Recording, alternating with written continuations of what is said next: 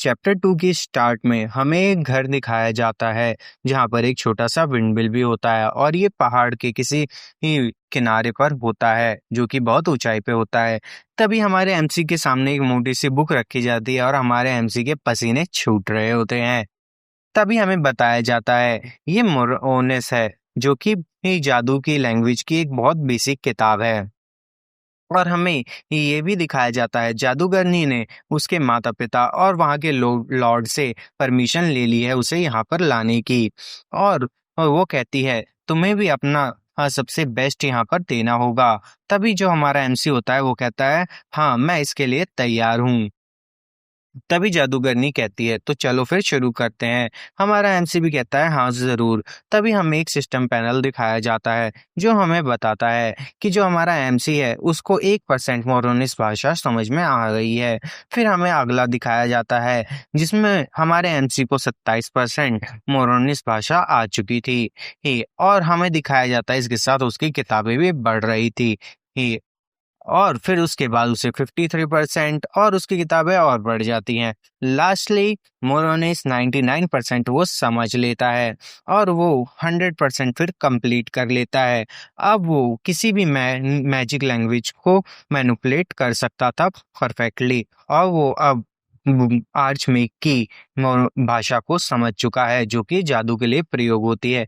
तभी हम किताब पर एक बड़े हाथ को देखते हैं और ये 7 साल बाद का समय होता है और हमें दिखाया जाता है जो जादूगरनी होती है वो कहती है अब तुम्हारी क्लासेस खत्म हो चुकी हैं, अब हम अगले चरण की ओर बढ़ेंगे। तभी हमारा एमसी ही हमें दिखाया जाता है जो कि अब बड़ा हो चुका है और वो कहता है हाँ जरूर मास्टर। तभी हमें एक सिस्टम पैनल पे हमारे एमसी की स्किल्स दिखाई जाती हैं जिसका नाम जिसमें उसका नाम रेवन अयान मैजिक इन्फिनाइट मतलब असीमित है और उसकी स्किल्स मैजिक लैंग्वेज ये ऐसी लैंग्वेज है जिससे वो जादू को वो कहीं पर भी ऊपर नीचे कर सकता है। तभी हमें एक बहुत खुला आसमान दिखाया जाता है और हम देखते हैं कि हमारा एमसी बहुत तेज से चिल्ला रहा होता है क्योंकि वो आसमान में ऊपर की ओर उड़े जा रहा होता है और वो कहता है मास्टर हम लगता है कुछ ज्यादा ही जल्दी कर रहे हैं।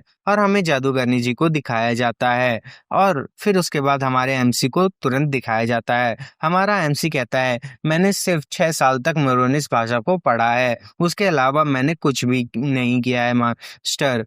और तभी हमारा एमसी उससे मदद की गुहार मांगने लगता है और तभी हम देखते हैं जो उसकी मास्टर होती है वो कहती है तुम्हें वहां पर आवाजों को सुनना चाहिए, वहां पर आवाजें हैं। और हमारा एमसी भी इन्हीं बातों को सुन लेता है और कहता है यहाँ पर किस तरह की आवाज होगी, यहाँ तो हवा के अलावा कुछ नहीं है, मुझे सिर्फ यहाँ पे हवा ही सुनाई दे रही है। तभी हमें दिखाया जाता है कुछ स्पिरिट्स को जो कि कहती हैं अरे ये तो ह्यूमन है, अरे ये तो ह्यूमन है, अरे ये तो कमाल की बात है, ये तो हमारी ही तरह उड़ रहा है। तभी हमारा एमसी जो होता है वो इन आवाजों को सुनता है और हैरान होता है कि ये कैसी आवाजें हैं ये तो वो आवाजें हैं जो कि मेरोनिस भाषा जो मैंने पढ़ी थी उससे मैच खा रही हैं। और तभी हमें एक सिस्टम पैनल दिखाया जाता है जिसमें हमें बताया जाता है जो अयान है उसने एक नई स्किल सीख ली है। इस स्किल का नाम एयर मैजिक होता है। अब वो उसे किसी भी तरह से मैनिपुलेट करके उनसे कुछ भी करवा सकता था। तभी हमें आगे दिखाया जाता है जो कि जादूगरनी होती है वो बोलती है the mystery of the great nature मतलब जो हो मिस्ट्री है प्रकृति की ही। हाँ तो हमारा एमसी तभी वो कहती है हाँ बिल्कुल और वो मन ही मन हंस रही होती है और हमारा एमसी उसे देखकर कहता है हाँ हाँ हंस लो जितना हंसना है। तभी वो अपनी बात कंटिन्यू करती है, वो कहती है जो वो प्रकृति की मिस्ट्री होती है उसी के द्वारा जो जादूगर होता है अपनी शक्ति को प्राप्त करता है और उन शक्तियों को वो अपनी बातों से बेफेर बदल करके उसका प्रयोग कर पाता है। तभी ही हमें वो बताती है इसी को जादू कहते हैं। और हमारा एमसी बहुत गौर से कहता है अच्छा तो यही है मैजिक। सो हो अब हमारी जो जादूगरनी साहिबा होती हैं वो कहती हैं, तुमने जो अभी ये आवाज सुनी वो विंड की थी। अब तुम्हें अपनी नेक्स्ट मिस्ट्री की ओर बढ़ना होगा। तभी हमारा एमसी ये बिल्कुल हौसले से भरा हुआ कहता है आप मुझ पर छोड़ दीजिए मास्टर।